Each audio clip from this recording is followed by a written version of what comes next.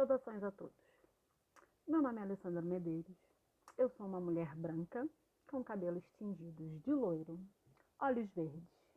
Estou com uma blusa preta e ao fundo há uma parede azul com alguns quadros e fotos dos meus familiares.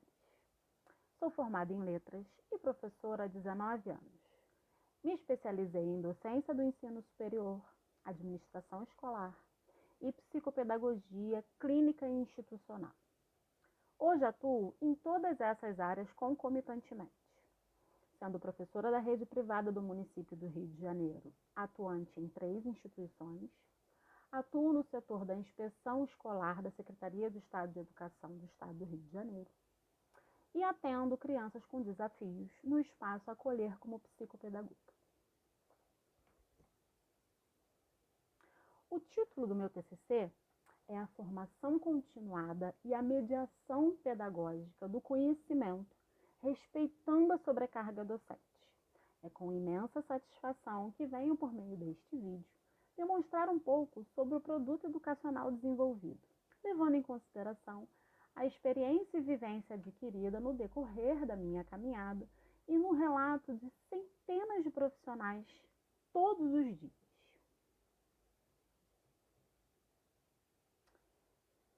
O desenvolvimento deste trabalho foi após uma pesquisa para captar um relato de 100 profissionais atuantes na educação infantil, no ensino fundamental e no ensino médio do município do Rio de Janeiro, do sistema privado e do sistema público de ensino, e assim trazer os seus anseios em conseguir desenvolver uma pessoa com deficiência.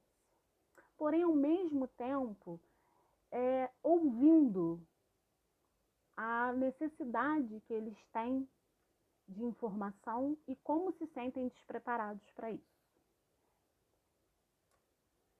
A literatura desenvolvida, nesse trabalho, apesar de ter consultado inúmeros relatos, inúmeros livros e sites, eu vou dar como crédito um destaque a 3 trabalhos consultados.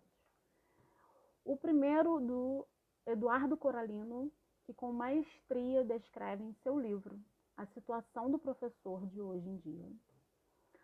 Vale ressaltar também o estudo feito por Carlos Seixas e Kellen Nascimento sobre o adoecimento docente e trazer as respostas sobre mediação através do conhecimento do Dr. Forrestin e as suas 2 teorias, a de modificabilidade cognitiva e a de aprendizagem imediata. O produto educacional seguirá o percurso, as necessidades apresentadas para que o docente se sinta incluído no processo do desenvolvimento de potencialidades de seus alunos, seguindo um cronograma de mediação de significados importantes sobre os possíveis CIDs e CIFs que estão presentes em sua sala de aula. Atualmente, os orientadores, coordenadores entregam para esses docentes uma lista no início do ano, com todos os laudos, com todas as siglas, e nem sempre esse professor sabe exatamente do que se trata, de como atuar com cada um.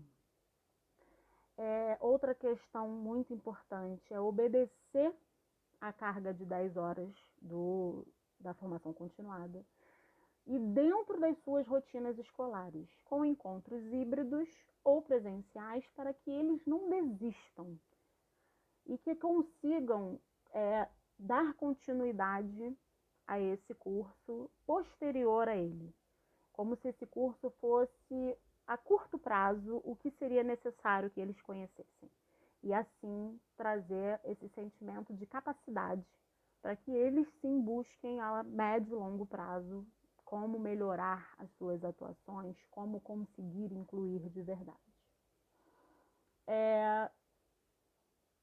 E cumprir com informações que façam com que ele busque sempre.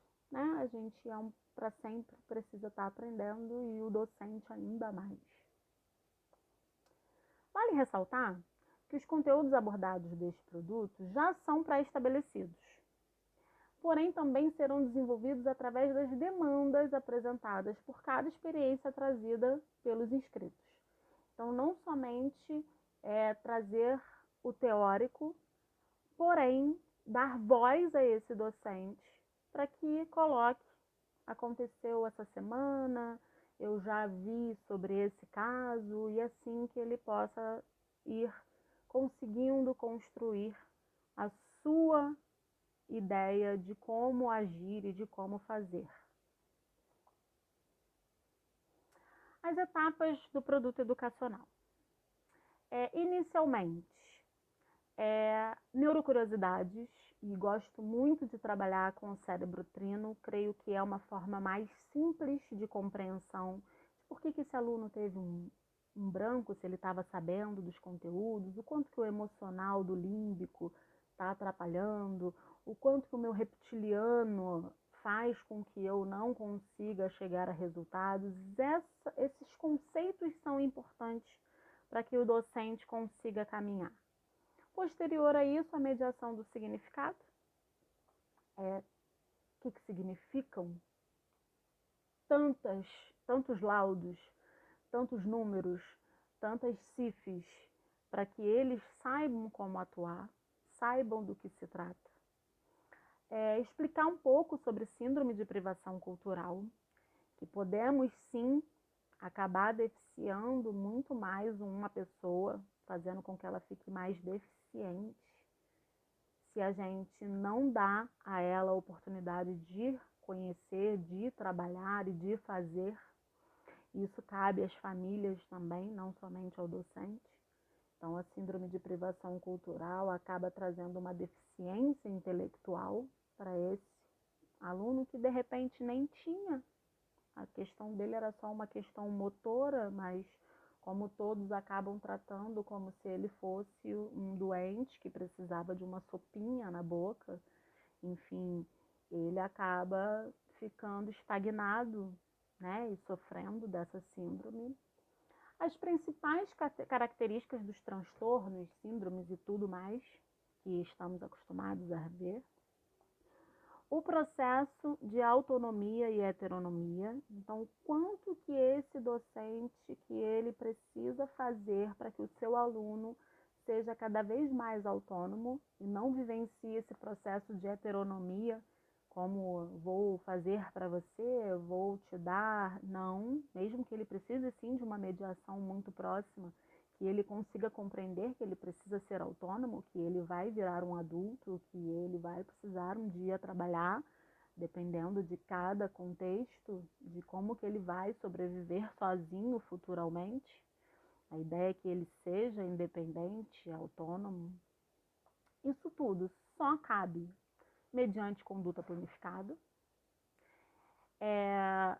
Quanto mais organizado um professor mais ciente do qual é o próximo passo, mais fácil fica para poder estar organizando essas demandas de sala de aula e aos seus alunos incluídos. A transcendência dessas informações, que o professor compreenda que o fato de que o aluno precisa entender, ele precisa fazer uma boa pegada para que ele consiga transcender fora de sala de aula, que ele não pode fazer somente com aquele professor, que ele tem a capacidade de compreensão de que ele pode transcender essas informações extra sala de aula. Explicar um pouco sobre a modificabilidade cognitiva e as propriedades das funções cognitivas. A modificabilidade sendo confirmada por Dr. Forest como possível, sim, em qualquer fase. É sempre possível modificar. E as propriedades das funções. Esse aluno tem capacidade de se sentar à mesa, ele tem necessidade disso ou não, alguém sempre o serve, por isso ele não quer fazer, para depois sim orientá-lo para que ele seja capaz de fazer sozinho. A questão do currículo, o que é relevante ou irrelevante. O professor fica com um currículo muito engessado, são muitas demandas pedagógicas, acadêmicas, e nem sempre aquele aluno precisa tanto só desse modelo. Às vezes eu preciso inicialmente ensinar que ele precisa entrar em sala de aula, que ele precisa da cultura escolar, que é sentar-se à mesa, olhar à frente, segurar um lápis, isso também é currículo. E, por fim, a construção do PEI, de como que eu posso estar estabelecendo essa conexão com a família para elaborar o PEI desde a entrada desse aluno lá na portaria até o momento da hora da saída. O quão é importante todos esses movimentos serem descritos e relatados para que o pai se sinta confortável e o professor entenda que ele está, sim, praticando alguma ação importante.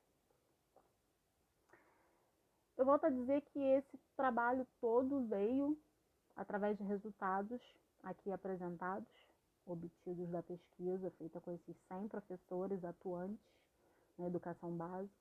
Vale ressaltar que a grande maioria relata um nível alto de sobrecarga e que se sentem desconfortáveis ao fato da inclusão de alunos. O propósito dos resultados esperados é que isso seja amenizado, que eles não se sintam tão desconfortáveis assim, que possam sim sentir-se capaz de dar sentimento de capacidade para que ele saiba o que ele está fazendo e que ele se sinta atuante no desenvolvimento daquele aluno, não puxando muito para as questões políticas de sobrecarga, de questões salariais, infelizmente foge um pouco a nossa alcance, não depende somente de nós, mas dando esse sentimento de que é possível, de que é necessário e possível, e para que esses resultados sejam diferentes mais à frente, posterior ao curso. Podemos concluir que só existe inclusão de alunos se os professores estiverem realmente incluídos neste processo.